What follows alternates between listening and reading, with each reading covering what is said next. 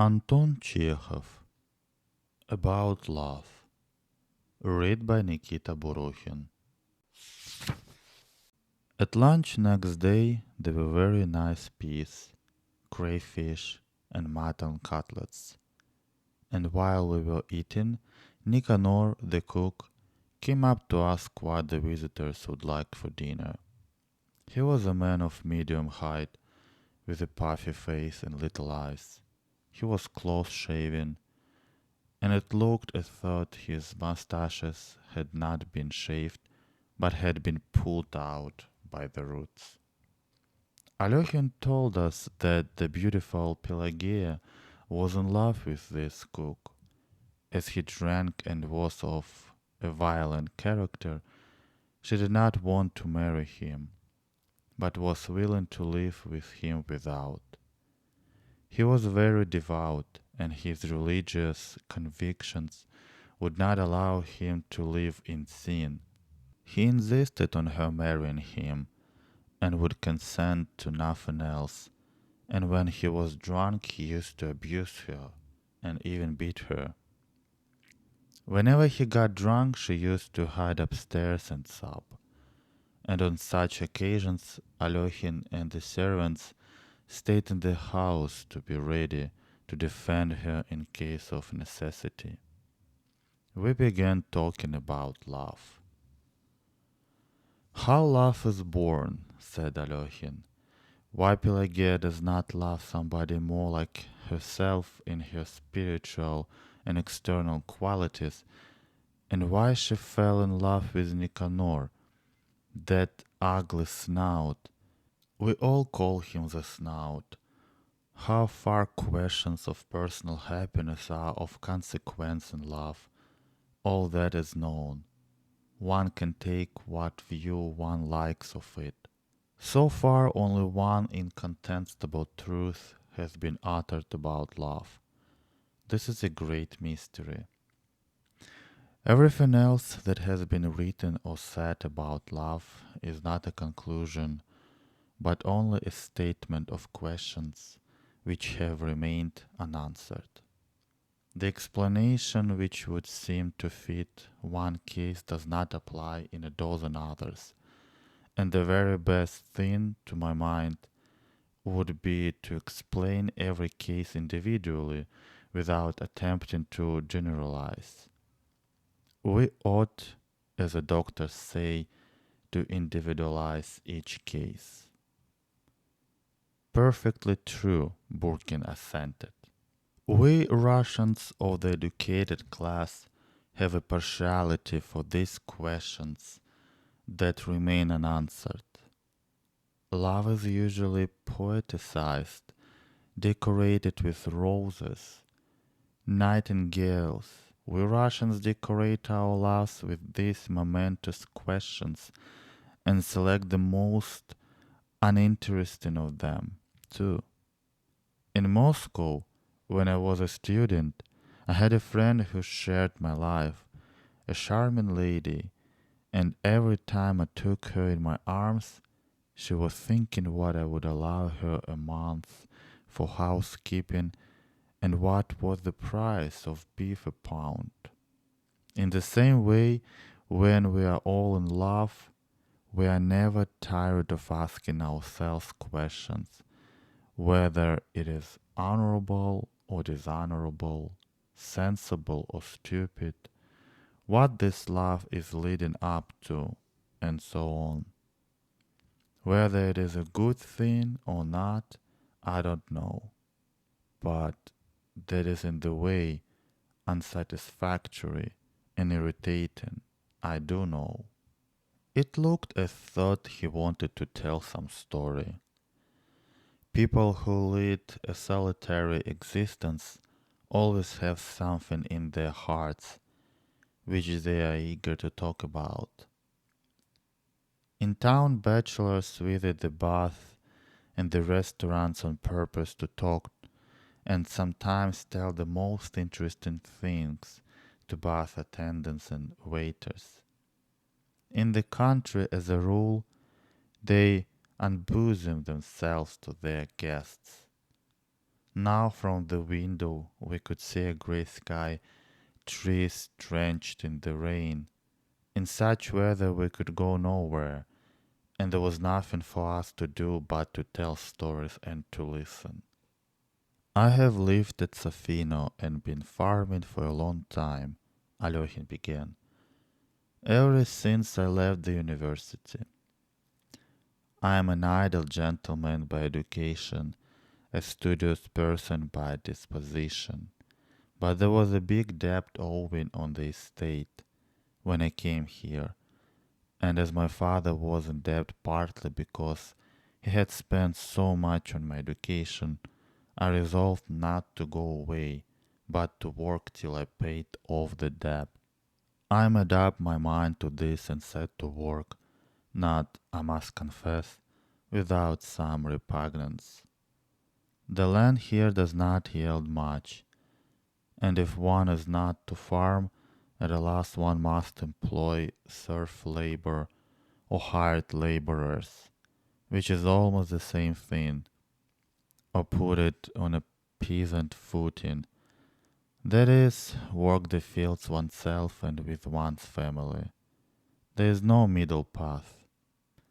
But in those days I did not go into such subtleties. I did not leave a clod of earth unturned. I gathered together all the peasants, men and women, from the neighboring villages. The work went on a tremendous pace. I myself plowed and sowed and reaped and was bored doing it, and frowned with disgust like a village cat driven by hunger to eat cucumbers in the kitchen garden. My body ached, and I slept as I walked. At first it seemed to me that I could easily reconcile this life of toil with my cultured habits. To do so, I thought all that is necessary is to maintain a certain external order in life. I established myself upstairs here in the best rooms and ordered them to bring me their coffee and liquor after lunch and dinner. And when I went to bed, I read every night the Vestnik Европы. But one day our priest, Father Ivan, came and drank up all my liquor at one sitting, and the Vestnik Европы went to the priest's daughters. As in the summer, especially at the haymaking, I did not succeed in getting to my bed at all, and slept in the sledge in the barn, or somewhere in the forester's lodge. What chance was there of reading? Little by little I moved downstairs, began dining at the servant's kitchen, and of my former luxury nothing is left but the servants who were in my father's service and whom it would be painful to turn away. In the first years I was elected here an honorary justice of the peace. I used to have to go to the town and take part in the sessions of the Congress and of the Circuit Court, and this was a pleasant change for me. When you live here for 2 or 3 months without break, especially in the winter, you begin at last to pine for a black coat. And in the circuit court there were frock coats and uniforms and dress coats too, all lawyers, men who have received a general education. I had someone to talk to. After sleeping in the sledge and dining in the kitchen, to sit in an armchair in clear linen, in these boots, with a chain on one's waistcoat, is such luxury. I received a warm welcome in the town. I made friends eagerly, and of all my acquaintanceships, the most intimate and, to tell the truth, the most agreeable to me was my acquaintance with Luganovich, the vice president of the circuit court.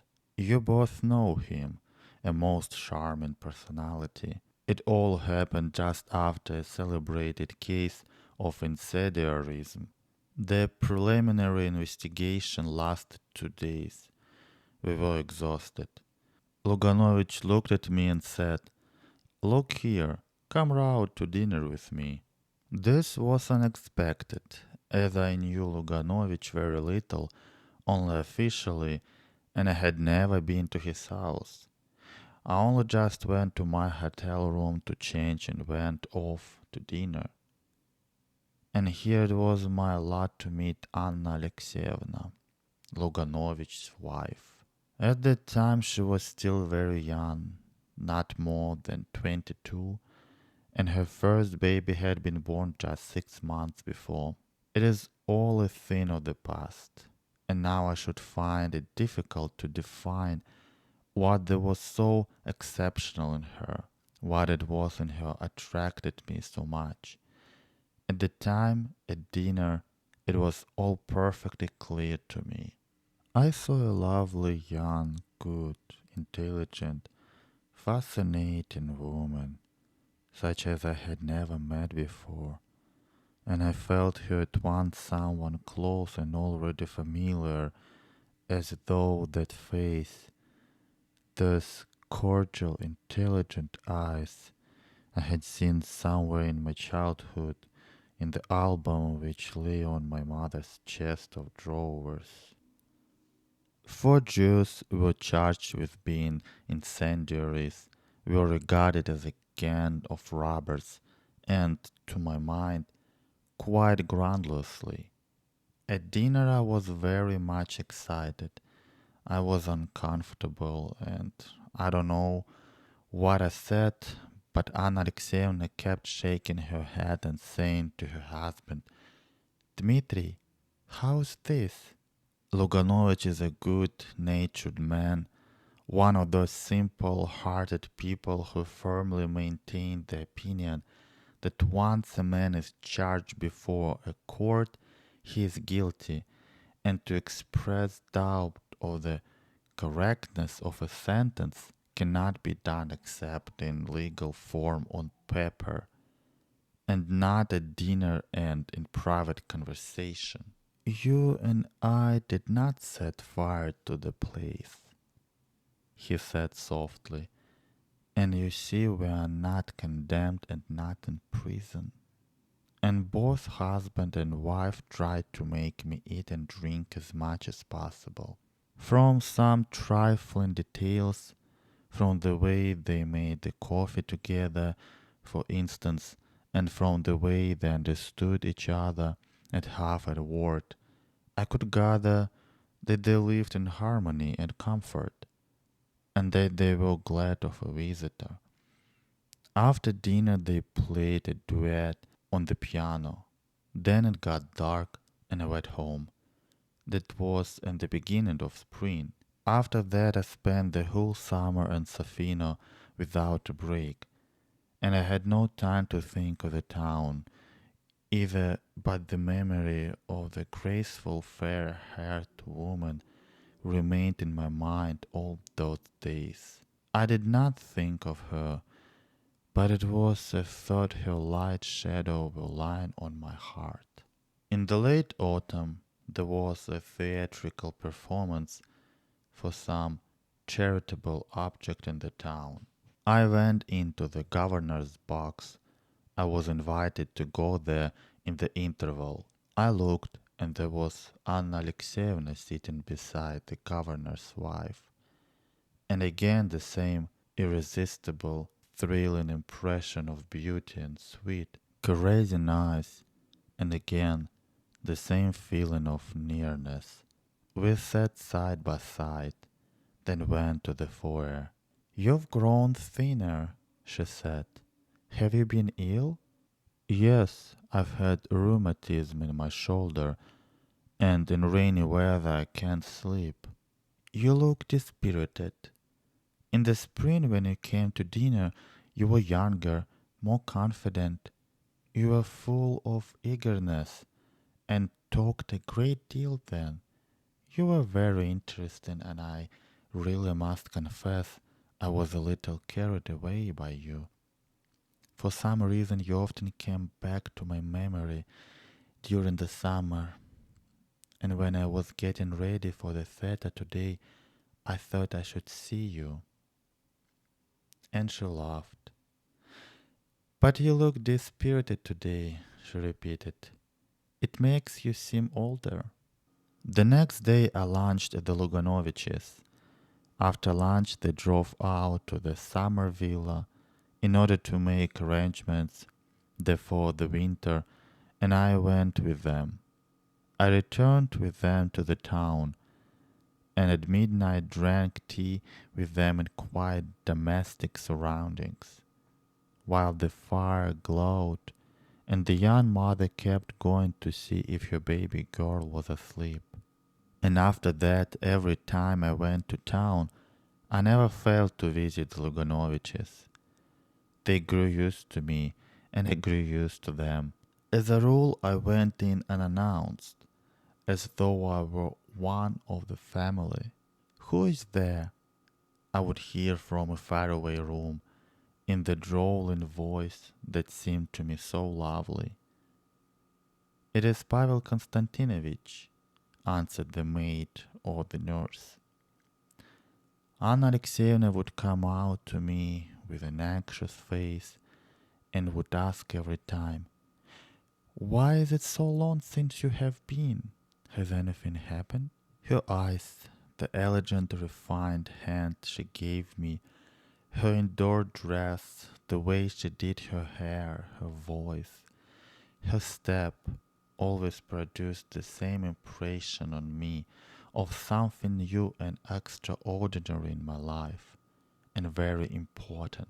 We talked together for hours, were silent, thinking each our own thoughts, or she played for hours to me on the piano. If there were no one at home, I stayed and waited, talked to the nurse, played with the child, or lay on the sofa in the study and read. And when Anna Alexeyevna came back, I met her in the hall, took all her parcels from her, and for some reason I carried those parcels every time with as much love, with as much solemnity as a boy. There is a proverb that if a peasant woman has no troubles, she will buy a pig. The Luganoviches has no troubles, so they made friends with me. If I did not come to the town, I must be ill or something must have happened to me, and both of them were extremely anxious. They were worried that I, an educated man with a knowledge of languages, should instead of devoting myself to science or literary work, live in the country, rush round like a squirrel in a rage, work hard with never a penny to show for it. They fancied that I was unhappy and that I only talked, laughed, and ate to conceal my sufferings. And even a cheerful moment when I felt happy, I was aware of their searching eyes fixed upon me. They were particularly touching when I really was depressed, when I was being worried by some creditor or had no money enough to pay interest on the proper day. They, two of them, husband and wife, would whisper together at the window. Then he would come to me and say with a grave face, "If you really are in need of money at the moment, Pavel Konstantinovich, my wife and I beg you not to hesitate to borrow from us." And he would blush to his ears with emotion, and it would happen that, after whispering the same way at the window, he would come up to me with red ears and say, "My wife and I earnestly beg you to accept this present." And he would give me studs, a cigar case or a lamp, and I would send them game, butter, and flowers from the country. They both, by the way, had considerable means of their own. In early days I often borrowed money and was not very particular about it, borrowed wherever I could, but nothing in the world would have induced me to borrow from the Luganoviches. But why talk of it? I was unhappy. At home, in the fields, in the barn, I thought of her. I tried to understand the mystery of a beautiful, intelligent young woman's marrying someone so uninteresting, almost an old man.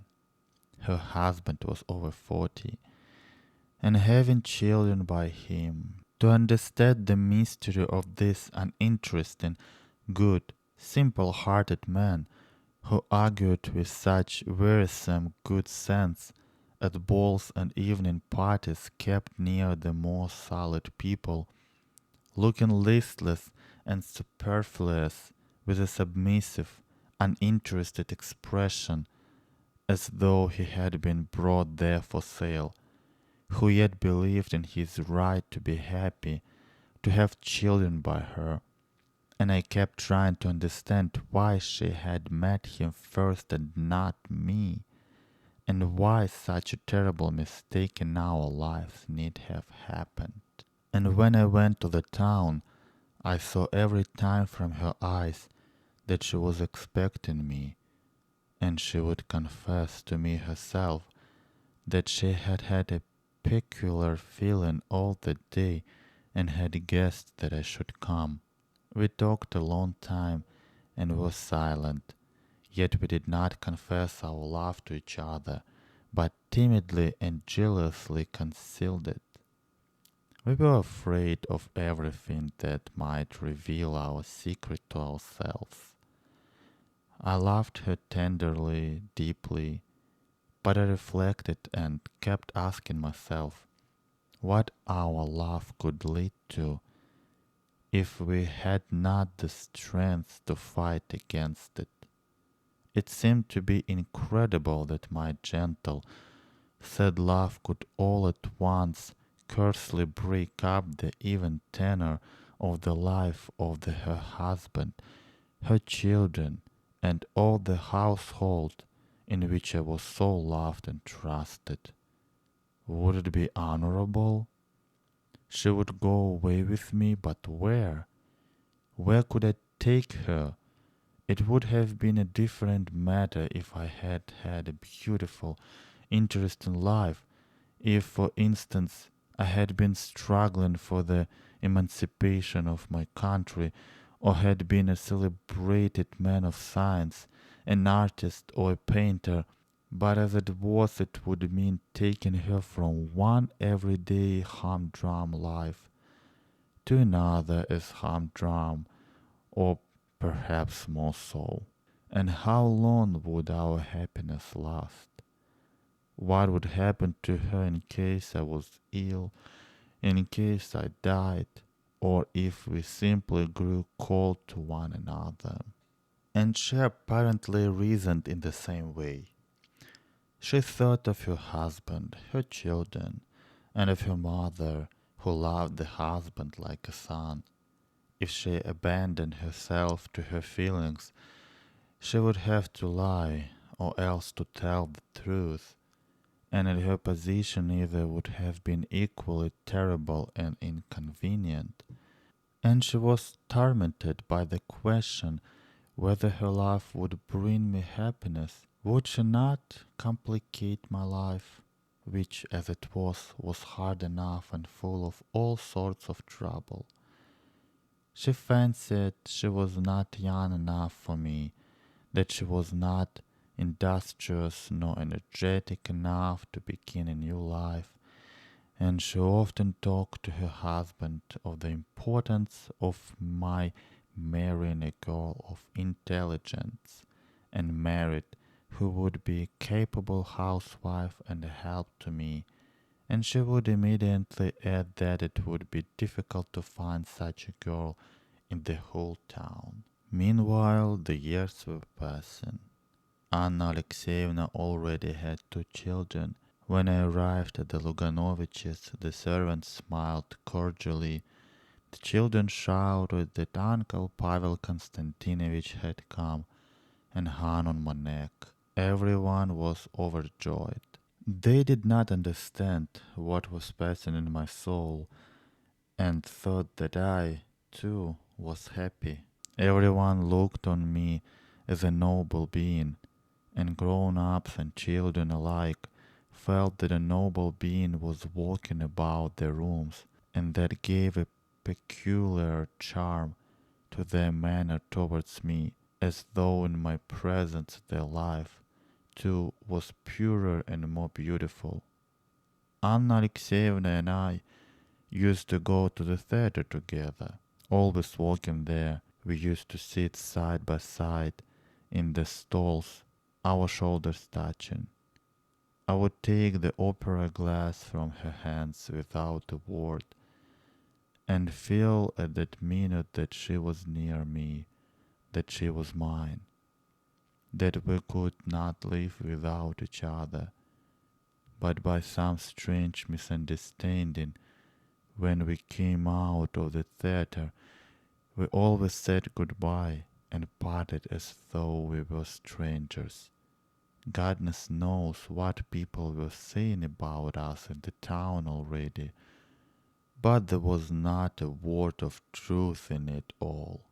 In the later years, Anna Alexeyevna took to going away for frequent visits to her mother and to her sister. She began to suffer from low spirits.